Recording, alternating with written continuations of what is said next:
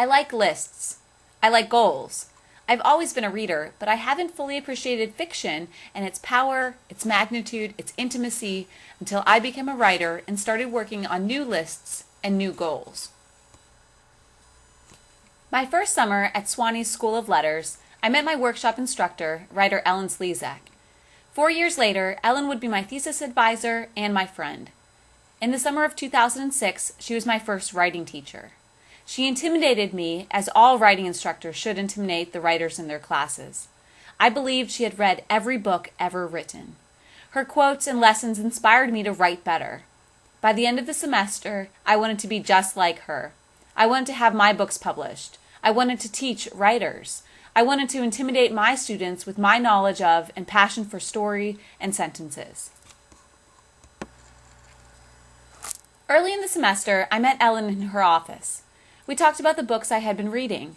I told her I loved Jodi Picoult, John Grisham, all the New York Times best-selling authors. She asked, and who else? Who else? Who else was there?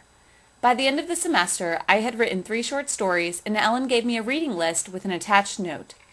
You've read plenty, I know that, but if you read fiction that shows complex, nuanced, realistically complicated situations, in other words, fiction that both mirrors and illuminates the dark corners of everyday life, you will leap over a few more boulders on your way to writing excellent stories. So for you, a hodgepodge list, in no particular order, that is both about content and form. From that list, I so far have read Black Swan Green, The Secret History, Prep, Jane and Prudence, and Memento Mori. Worlds were open to me. Messy, honest, brutal, funny, touching worlds, and I wanted more. In the summer of 2009, I heard Richard Bausch speak at the Sewanee Writers Conference. He wore a jean shirt and a Boston Red Sox cap. He spoke in a gruff voice.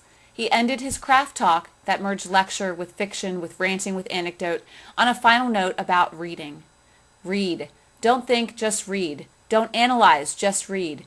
If you want to be a better writer, read. Read it all. Soak it all in. Read the classics. Read modern works. Sleep with a book under your pillow. Let the words run over you, through you, become part of you. And so I set a goal for myself right there in the Women's Center auditorium. I added it to the notes I had transcribed during Bausch's talk, my attempt to capture as much of his genius as possible. Read more. When I returned home to Gainesville, Florida to start teaching high school, I realized I needed to be more specific. I created a book-a-week challenge. Every week I needed to finish another book. I started immediately.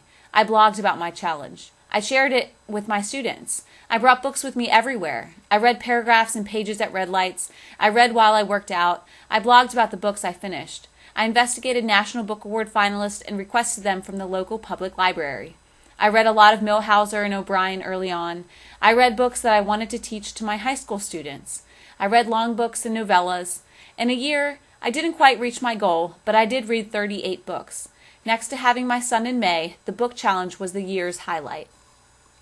In all the reading I did between summers 2009 and 2010, one moment stands out.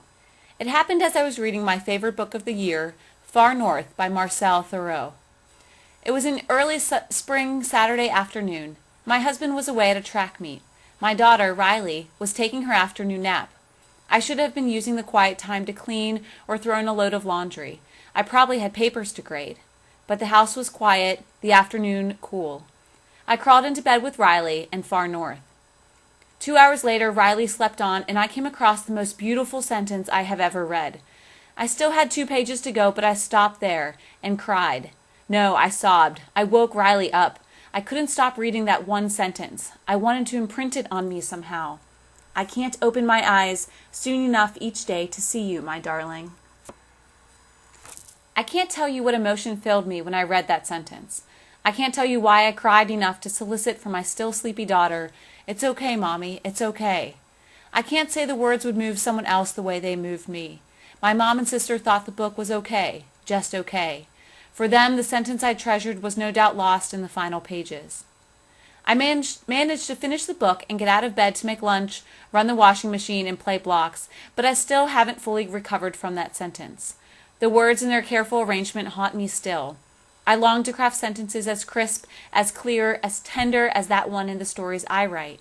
I would settle for one, to author just one perfect sentence, and to have it published.